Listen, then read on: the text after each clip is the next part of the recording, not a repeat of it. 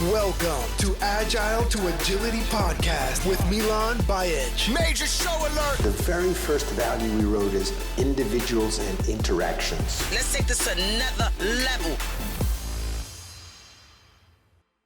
Do you want to trust somebody that just calls themselves an Agile coach? Or do you want to trust somebody that's actually got a decade or so of experience and gone through a peer validation and continual learning requirements?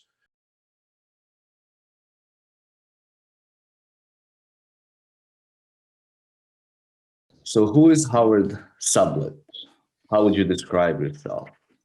Can you ask somebody else that question other than me? See, I'm just a guy that's not been on a linear journey for anything, right? I'm born and raised in a small town of Hot Springs, Arkansas, and somehow fell into this amazing world of iterative and incremental work.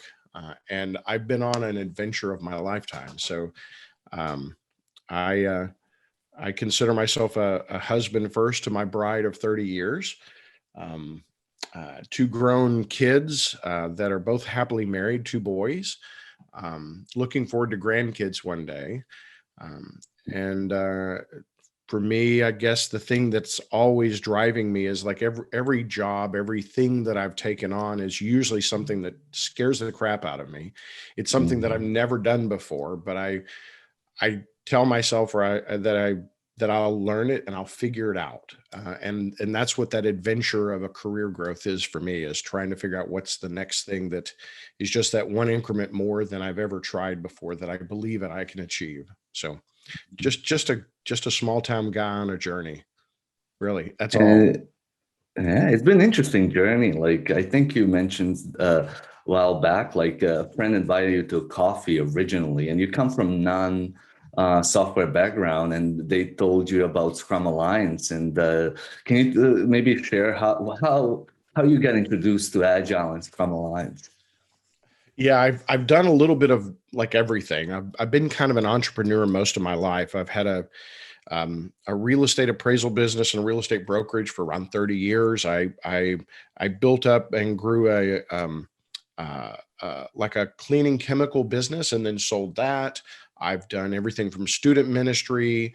I've done just about everything, things that like when an opportunity shows up, I think is interesting. I'll try that because I think that's the need. There's somewhere I can make an impact somewhere. And a friend of mine wanted me to go to coffee one day here in Hot Springs. And if you haven't visited here, you should come. It's a wonderful place to come visit. And he said that he had this thing that he wanted me to help him do. And it was at a company called Scrum Alliance. And he thought that the skills that I had could help them in their organization. And number one, I thought it was a joke. The name was so weird. I was pretty sure it was like multi-level marketing. So I was like, I'm not going door to door selling Amway. I'm not interested in pyramid schemes. And he goes, no, it's not that. And he started describing this thing that didn't even sound real. And I said, you're going to have to show me. So we went to go see a group of people that were working in a Scrum rhythm. And so they were talking about their day-to-day work, but more importantly, they were talking about the way that they used to work and how that they hated to get these things that they didn't know how it connected to a customer, and they would do a task and they had no way to map that to an impact in a way. And now they're talking about, we as a team collaboratively solve these complex problems. And we talked and how much happier they were. Right. And then we talked to the business leaders where they're like, I'm able to delight my customers better now, and my employees are happier. And we're the whole product isn't getting out in a quick way, but little increments are getting out. We can test the right thing if we're building the right thing. And it was hard to get here, but we love it. And I'm like, I don't know what this magic way of work is. It seemed like a little unrealistic to me, but where employees are happier, customers are happier, and owners of companies are able to delight their customer. I'm like, I don't know what this is, but I want a part of it. I want to help. So I came on just as a contractor at Scrum Alliance back in 2008. Oh gosh, Miljan, I think 2006 2007, maybe early 2007, 8, maybe. And we were a very small staff at that time. Everybody was contractors. We were all remote. Quickly grew into basically a director's operations role. And then product owner for the website. Really started loving our community, the talented people that we have, and the impact that we were making as an organization. And basically then just handed over the keys to my other businesses, to other people, sold them off, because once I drank the Kool-Aid, I drank the Kool-Aid. Like, I was all in, because this was a different way to impact a world of work. So then from there, went off and did consulting and coaching over in Eastern Europe for a while. And then came back and helped build a consulting and coaching practice based on Agile and Scrum out of Boston. That company was sold to one in Seattle, and we became the largest pure play Agile consultancy, really, I think, on the planet. I think we had 265 or so full-time Agile coaches and trainers. And then that company sold to Accenture. All the while, I'm watching what's happening at the Scrum Alliance, keeping in tabs with all of the trainers and coaches, because this is like, it's still part of that movement. And then the opportunity opened the door to come back into a role that was actually a role I didn't know that I would ever get. But yeah, that was 2.5 years ago, and I'm here. Yeah. So maybe just to go back to 2008, 2009, how was it to work with Ken Webster? How was the experience, or maybe not just him, but what was the setting? What was the, I think a lot of people would probably love to know, what did Scrum Alliance look then, and how did the interaction and everything? And especially, like, I'm interested to hear about your experience working with Ken and others at Scrum Alliance at that point. Yeah, it was, it's interesting because Ken was involved really heavily. I think up until 2006, when we became a nonprofit, and Ken Rubin then became the first managing director. After a year, Ken rolled off, and then they hired somebody named Jim Cundiff as the managing director at that time. And I was hired shortly after Jim joined. I didn't really work directly with Ken Schwaber at all. Ken was a member of the board of directors back at that time. I worked directly with Jim. Jim worked with the board of directors. I didn't necessarily work with them. And Ken was a member of the board, but he wasn't actively involved in what was happening. You know, the day-to-day operations, where we were going, what we were building, how we were creating, was Jim and us as the team. Yeah. So I didn't really have many interactions with Ken at all during that time. Yeah. Yeah. I wish that I would have. I wish that I would have. I mean, but I didn't really. What is your, I was talking to somebody recently about the Scrum gathering in Stockholm. And I think this is when the first time, maybe this is when the CSCs took the CSM exam for the first time. And I think you were involved in some capacity, maybe with that, maybe not. I don't know if but what was were you part of creating the first CSM exam? Or were you involved with that process? I was. I don't think that was Stockholm, though, because I wasn't in Stockholm. We were running beta tests. I remember making a trip to Bloomington at the big insurance company there. And Tom Meller had made headway there for us to take the auditorium and have a whole lot of their employees come beta test the test that the psychometricians and the subject matter experts had created. And I remember one moment where I've got this whole group of people taking the practice test and learning from that, getting real user interactions, and an email pops up from somebody that's having trouble with their profile. And I noticed that their email address had the insurance name in it. And I'm like, wait, so where are you at? And they're like, well, they told me what they're at. I was in the same building as them. So we actually met, and it was a really interesting thing for me because I had a lot of interaction with our trainers and coaches, but this was somebody that had recently taken a CSM. So we actually sat side by side and worked on his profile together. So Yes, I was part of the first test. I remember that part of it. I don't think that it was in Stockholm, but it may have been before I got there that they ran some sort of a beta at that time. Yeah, I wasn't sure. I was talking to somebody and they mentioned, I thought it was Stockholm, but maybe not. But one of the interesting things was they said every CST had to take the exam, and the only person that didn't want to take it was Ken. And he's like, and he was like, I don't want to take it because it's a lose-lose situation. If I get 100, everybody's gonna think, I was involved. And if I don't get 100, people are gonna say he doesn't know his stuff. So he refused to take, which I would have done the same thing probably. And I thought that was funny. So I didn't know if you were part of that and if you knew that story. I was not, but I don't doubt that story would be true. I've never heard it before, but that seems like a pretty plausible story because that would be a lose-lose situation for him. That's for sure. That's for sure. So from that time, Scrum Alliance has gone a long way. A lot of people know Scrum Alliance through CSM, CSPO, and they think that's all Scrum Alliance is. That's all Scrum Alliance stands for. That, hey, you take this open book exam. And there's a lot of misconception about that, and that Scrum Alliance is just certification body that just makes it easy, throws people through the classes, and that's it.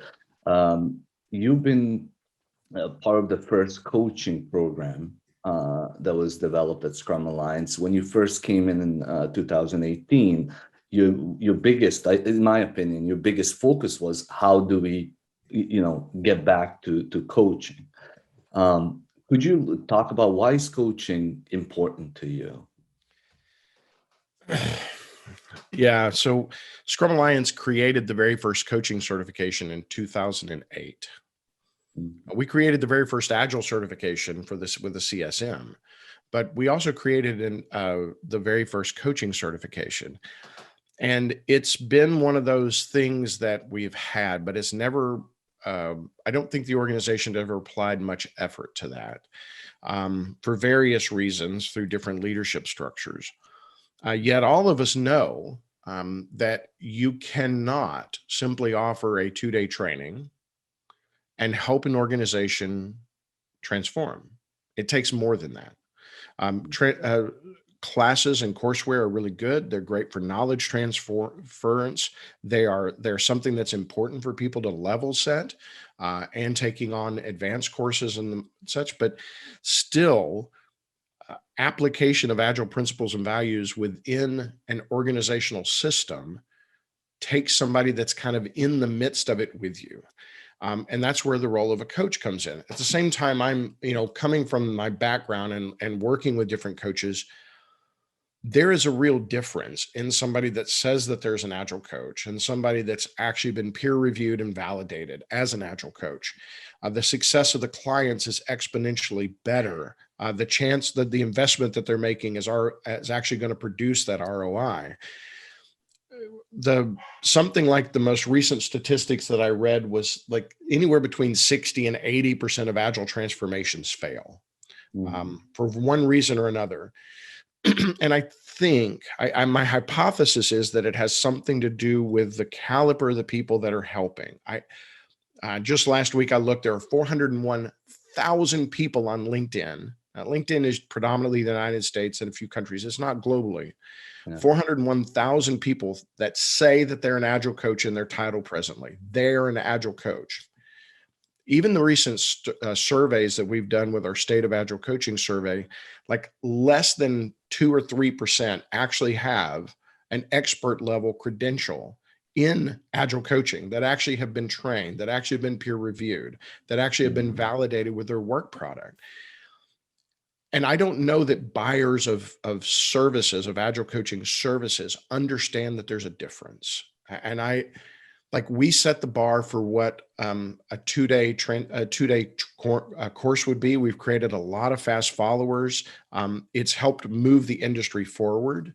I believe we led as Scrum Alliance through that. And I think it's time for us to lead again and to help help businesses, help individuals know that there's a difference and that there's another bar that they need, if they're going to call themselves an agile coach, that they need to rise to that bar. And if we help move that bar up, other organizations will do the same. It's not about them all coming to us, but if we elevate the practice of agile coaching, other organizations will do the same thing, and a rising tide will rise all ships. I think it will be good for our industry. More agile transformations will be sticky because we'll have people that are peer validated and actually know what they're doing and know how to help, rather than like one of my favorite examples. I got a coaching gig that I had to go to that had a expert level organizational enterprise wide transformation coach. And now people put those crazy titles on their business cards, right? And they had assessed this organization, true story. They had assessed this organization as 97.2% agile. I'm like, this is fascinating. Number one, what does that mean? Like, why not 0.3? Like, what is, like, this was the most interesting thing. Like, this was an agile coach that helped this company. And the leader of the company was so proud because they were 97.2% agile or whatever the number was. How much does that have to do with the leader? I mean, that's exactly like if the leaders are looking for that type of stuff, it's almost like you're feeding them what they want. Right. And so here's this agile coach that they spent a lot of money on, giving them this magic number, whatever the specific number was. And then they were really proud to show me their most agile team, their own. And they had different software applications, whether it was Windows or Mac or whatever, and the different mobile apps, but they wanted to show me their Windows product. Miljan, this was a Scrum team of about 85 people. They had sprints, but they were 3 months long.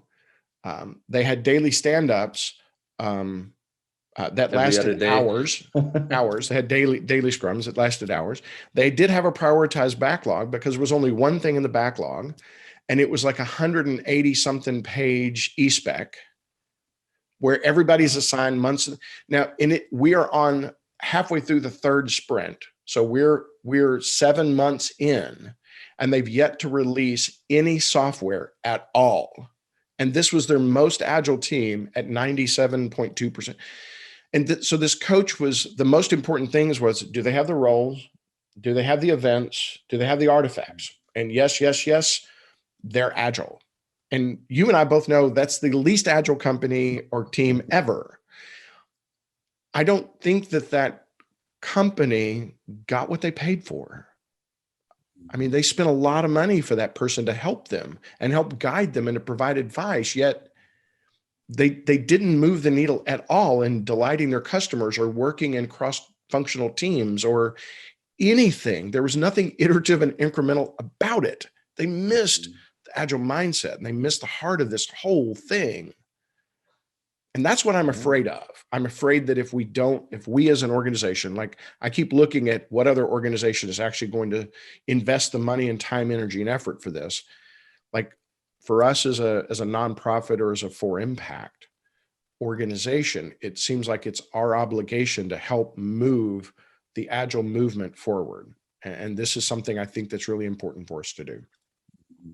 Yeah, I completely agree. And it's like I talk about the spectrum in culinary from a cook to a chef, right? And everybody thinks they're chef, but how well do you understand ingredients and how well can you create recipes?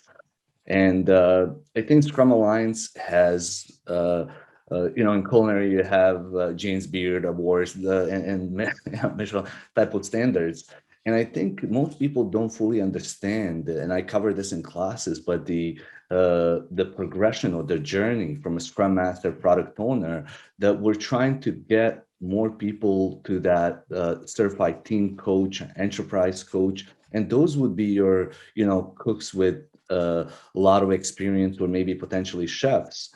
And that's not the perception out there. And I know Scrum Alliance has done a lot of work and marketing and still continues to publicize it, but I don't know if people want to become chefs or it's it goes back to like what is the demand out there.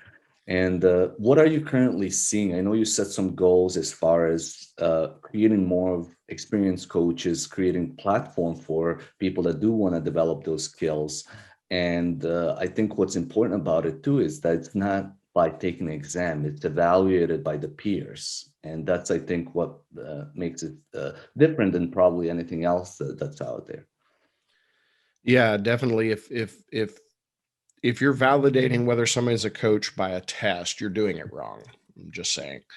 Um, yeah, we're trying every different way, and it is a very complex thing. It's not linear. So there are 2-day courses, and then you're a coach. That's not with us. That's not what I'm interested in. And it is a multi-year process. You're going to have multiple years of practice, of experience reports, of successes and failures. You're going to have lots of other courseware up underneath your belt, some from us, some from a lot of other organizations. This isn't just like us specific. It is something it's a multidisciplinary kind of an approach. And then you're going to be able to be vetted by your peers and go through some pair coaching situations and other things that they do to help ensure that. It's like we're seeing, like, even in that recent survey that we did, Miljan, there was something that we learned, that Agile coaches are some of the ones that take the most continuing education kind of courses. They take more courses, more self-learning things than almost anybody else out there in our industry, which was really good to hear.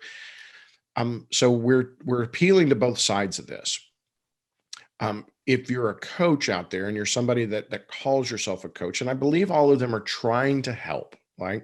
I believe that they all are trying to do the right thing. Like I hear time and time and time again that people that said, I've been a coach for 6 years, 8 years. And then when I started the process and I started looking at all of the things I needed to learn, I realized what I didn't know. And it really challenged them to learn a whole lot more, like that whole Dunning-Kruger thing, that you don't know what you don't know kind of a thing. And as you get more in it, you realize what you don't know. So this was a big eye-opening for them. So helping to challenge those that truly want to make an impact to their clients and to their customers to get that peer validation. But also, if we're appealing to the companies out there. So we're seeing just in the last year, a substantial increase in job requirements that require one of our certified Agile coaches as a prerequisite. That has grown many orders of magnitude. It's still not as much as I would like, but we're starting to see that. So we're appealing to companies that when you're talking to a company, and I get to talk to a lot of companies, and I start asking them, you're going to invest what? $500,000, $1 million over the next few years, whatever it is, in shifting your company's way they're working, communication pathways from here to where you want to go to solve problems. Do you want to trust somebody that just calls themselves an Agile coach? Or do you want to trust somebody that's actually got a decade or so of experience and gone through a peer validation and continual learning requirements? Like, where are you going to bet? It's a little bit like one day in my life, I hope to like climb one of the big mountains, like Everest or Kilimanjaro, something like that. I want to hire a Sherpa that has hiked that thing a lot. I want to know that they know how to get up that mountain and where to step and where not to step. I want them to help me pack well. I don't want to just hire somebody that's on the side of the road going, I'm the cheapest out there, or I'm the this out there. It's not a journey I want to take without a trusted guide. And so we're appealing on that side as well to businesses, and we're spending a lot to try to get in front of the right businesses to help them know that there's a difference.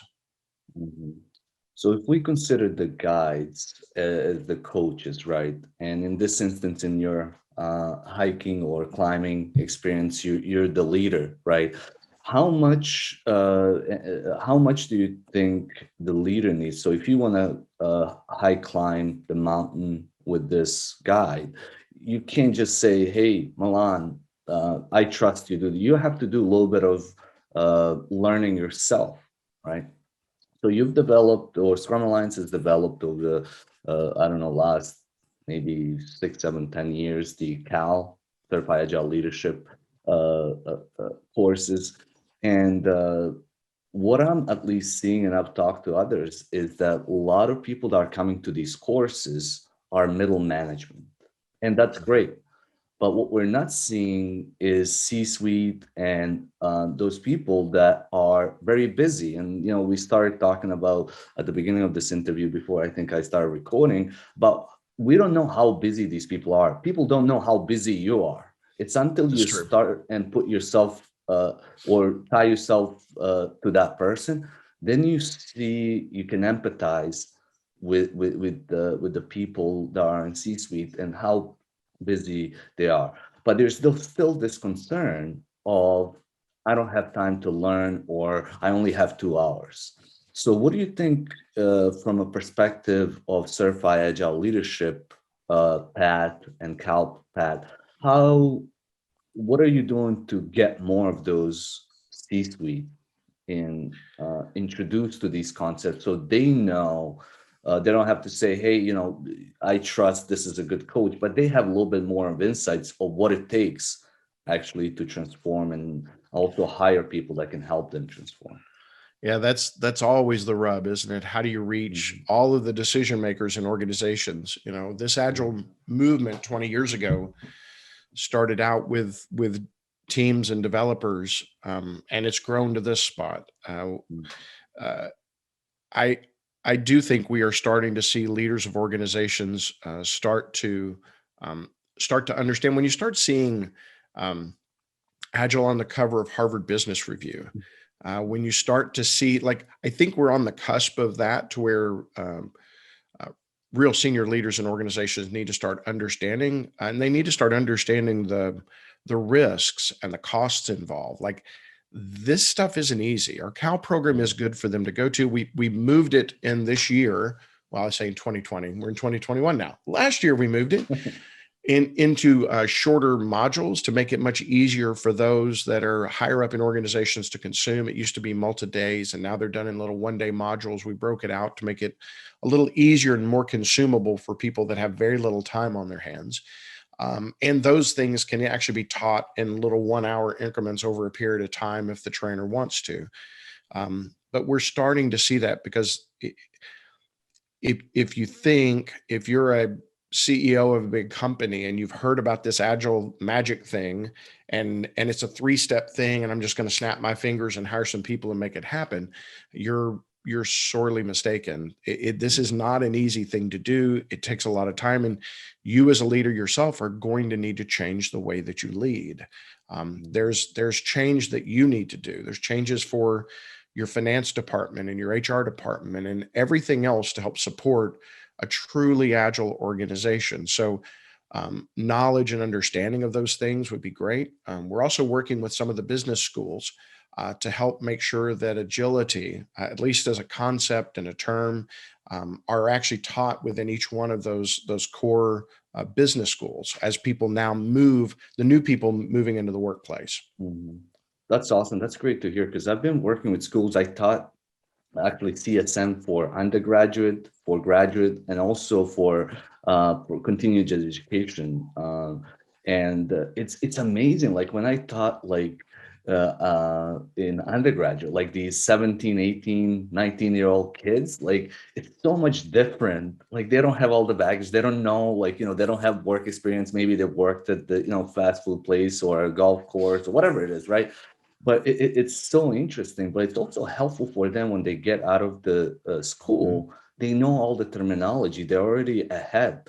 Developers are now learning in school, some of the extreme programming practices. So I think, and at least I've tried to work with universities and try to get, head start for kids, because it sets them up for success when they get out of college and they're looking for jobs.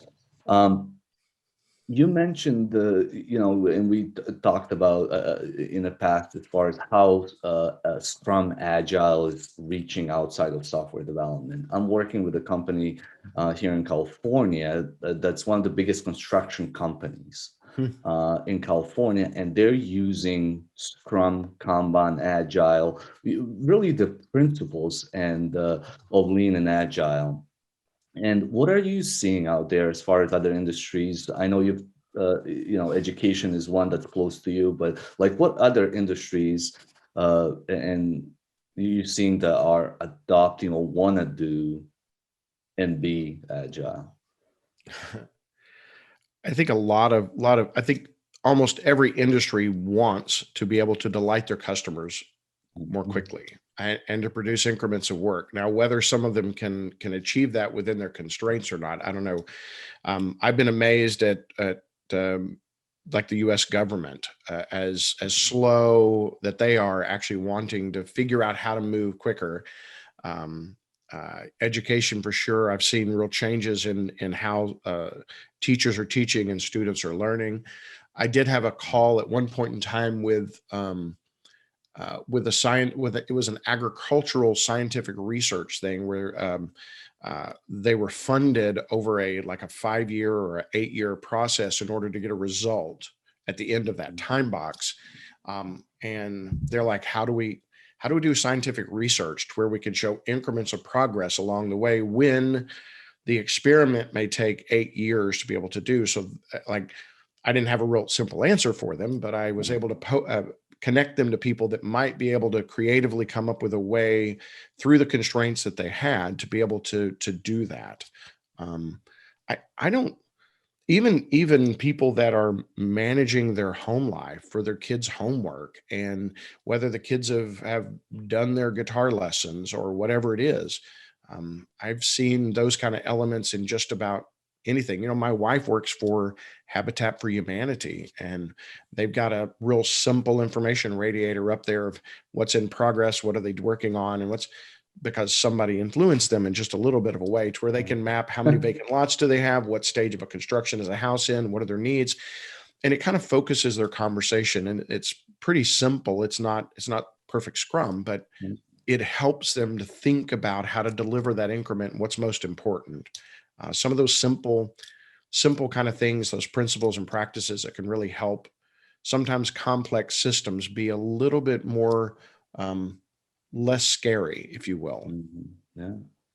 I've tried to get my wife to do Scrum, and I even told her she can be a product owner, and I haven't been successful. So I don't know how if you succeeded that with your wife, or if you've given her that opportunity. But well, maybe Miljan, I can recommend a really good certified Scrum trainer that could help you because you evidently can't.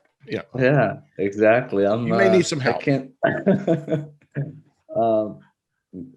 So a lot has been going on, and the COVID obviously has impacted everybody. And I think we were all pleasantly surprised, about a year ago when we started teaching online, how well it went, how satisfied the participants were after taking the class. What are I'm sure you get, asked this question always, but what do you think, how has COVID-19 permanently impacted the way the Scrum Alliance operates and how it's going to operate in the future? Yeah, this was when I came in, that was the one untouchable, unchangeable rule that, CSM, CSPOs, our beginning level certifications must be in person. They must be over 2 concurrent days, and they had a lot of must be's in there. And that was even our community was convinced that it couldn't be done in any other way. And I was really pleasantly surprised.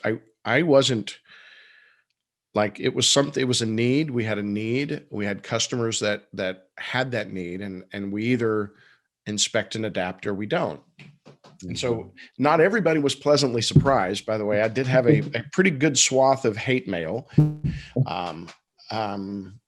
But it felt like it was the risk that we needed to do.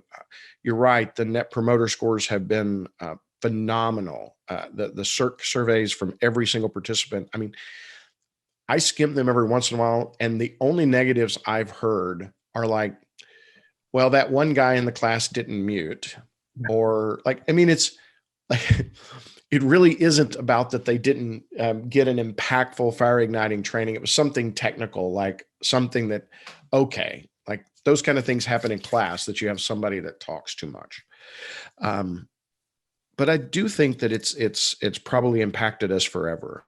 We've been able to reach people in a way that I don't think we ever thought that we could. We've been, if you think about our particular business model, in order to be a trainer, it is a ridiculously rigorous journey. Like we as an organization have prioritized impactful learning from experts in the field over the pursuit of revenue. Like if I was in a pursuit of revenue, I would just be minting everybody to make them trainers, because then my revenue would go way up. But like it's a multi-year process that even once they get to the first step that maybe have met all the prerequisites, it's like a 10% chance that you're actually going to make it through on your first time to do it. And some people have tried 5-6 times and still can't meet that bar. So we're prioritizing that impactful learner's journey. And so because of that, in places like Nigeria, we had to fly somebody in Nigeria to be in person, and now we don't. We had to have trainers in certain markets, and now we don't. We're able to reach people that couldn't afford to be on a plane, or we couldn't afford to fly somebody somewhere. Like it's opened up a world that maybe we didn't even know was a need, right? The number of emails that I've gotten over the accessibility that this caused, and people now able to do this in a timeline that works for them. They can do it every evening for 5 evenings, let's say, or whatever the timing is, to where they can get something, achieve something they've always wanted to achieve, but couldn't do that because it took 2 days out of their work, And I think it's changed the way we deliver courses. Now I'm looking forward to in-person courses as well, right? I think that there is still a pent-up need for being together. And there's something magical about being around a table together. So you would think, so here's what this might be interesting to you as well. Here's what I've been asking at the end of each class. So I would ask first question, how many of you would now prefer to do the class online, like we just did for the last, 2 days or whatever it is, right? And about anywhere from a third to half of the people raise their hand. Right. And then I say, how much or how many of you would be able to pay, would be willing to pay maybe 30% more for in-person class? Because it's going to cost more, like we have to travel, we have to rent, and pretty much all of the hands go down. And I've done this for the last couple of months, and I'm like, what is this really telling me? Like the ratio or the value that people see in online is way more than they're willing to pay. And actually, because it's as much as everybody loves, and there's nobody that says, there's few people that say, I don't miss the human interaction, I don't miss. But it's just like, it goes back to what I said, like we all get surprised how well the online training is. And those that experience tell their friends. And it's really interesting where the marketplace is going to go if that's where customers want to go. Yeah. And like I've heard from many trainers, like if you were to, you said you're San Diego, if you were to schedule a class in person in San Diego, you have mostly people from San Diego. You may have one or two that flew in for that, but mostly it's people there. Now, if you're hosting a class on California time zone, you have a chance to have people from Canada and people from New York and people from Asia that are attending your class, and like you get a different view of how companies are adopting things when you bring people from all different parts of the world together and having those discussions on online forum, which is another benefit that I didn't even imagine. Like that, I didn't know that there would be a difference.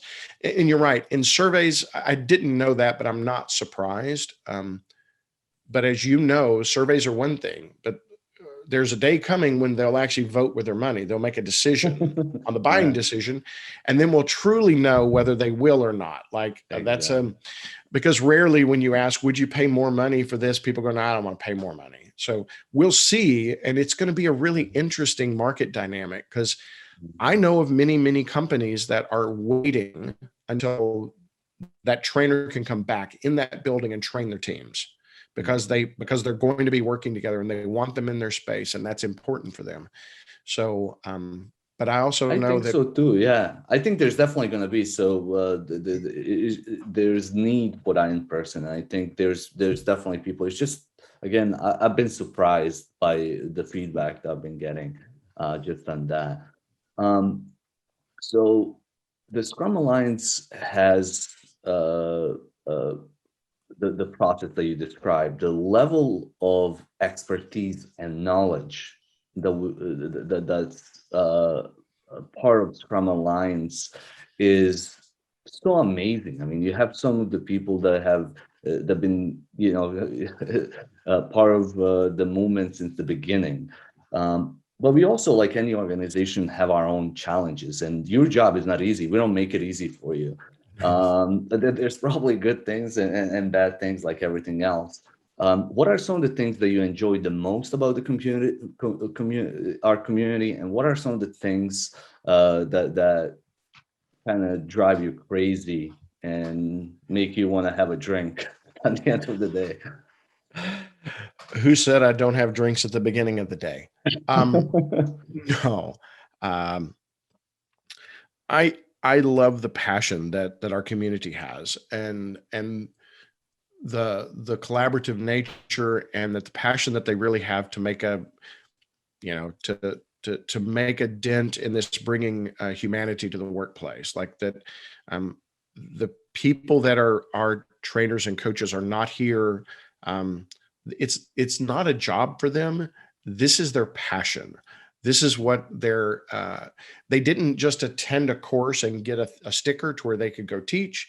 This is something that's in their blood, right? These are people that believe in a movement, and that's always a thing.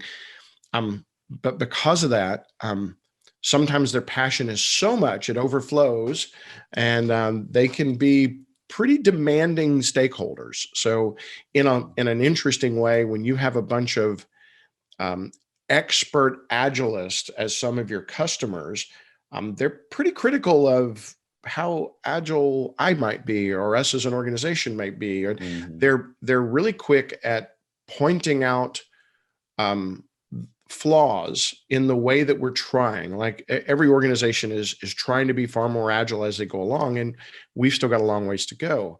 And I realize that sometimes I don't necessarily need, 500 stakeholders telling me that. Like, I already know that. Like, thank you.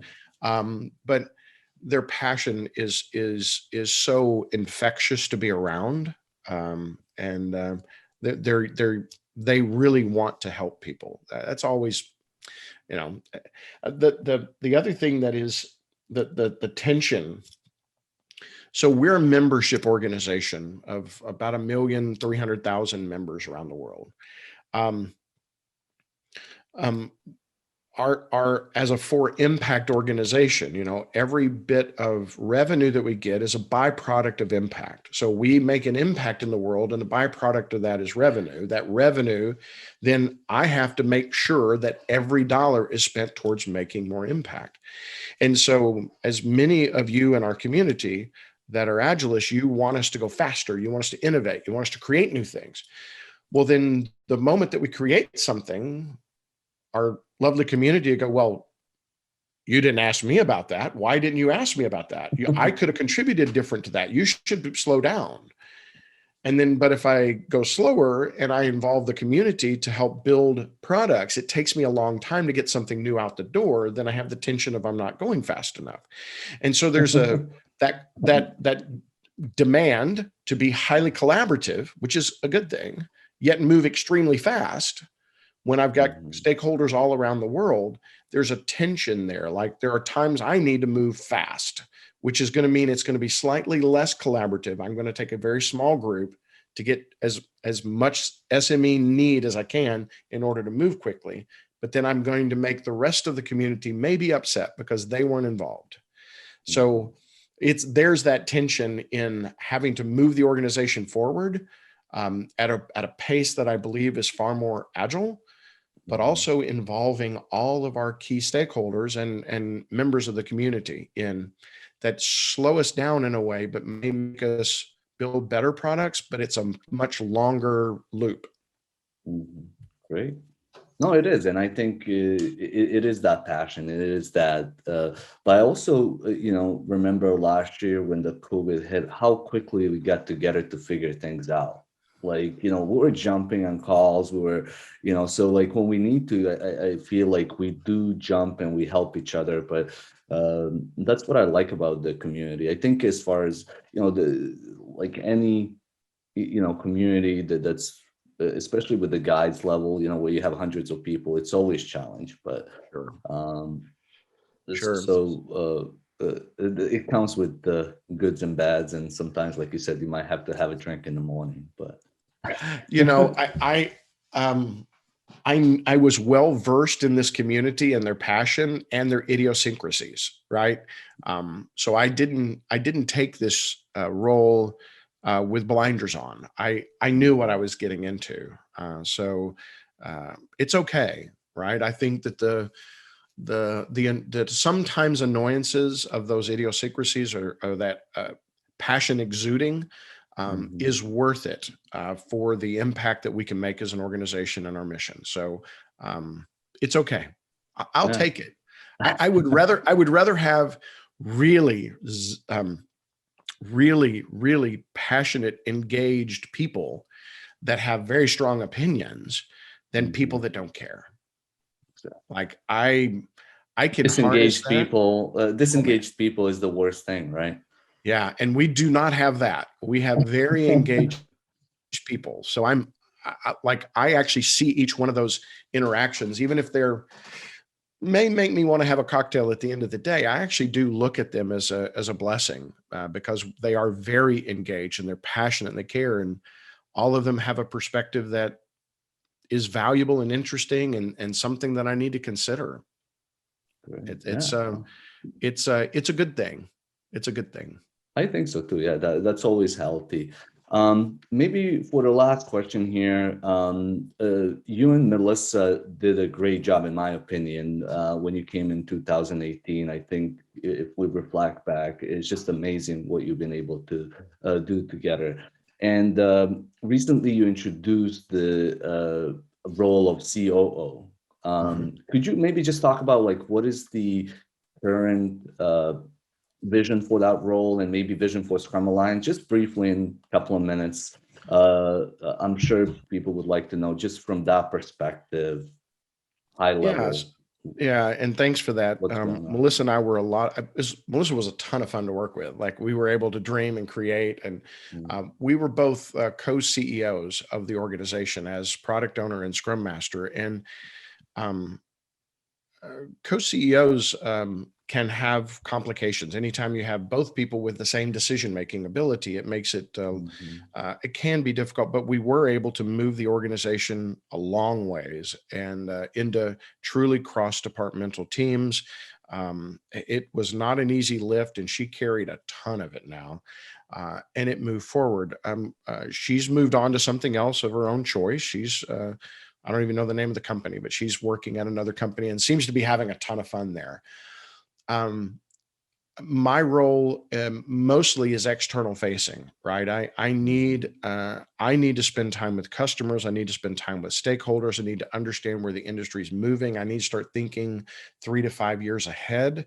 And I needed somebody to help me on the operational side to help see what's happening internally. Like, how do we actually deliver in an incremental way, in a better way than what we have. And I needed somebody with some experience in, operational experience and truly understanding organizational systems, budgets, those kind of things. I was very fortunate that Renee Bajic was available.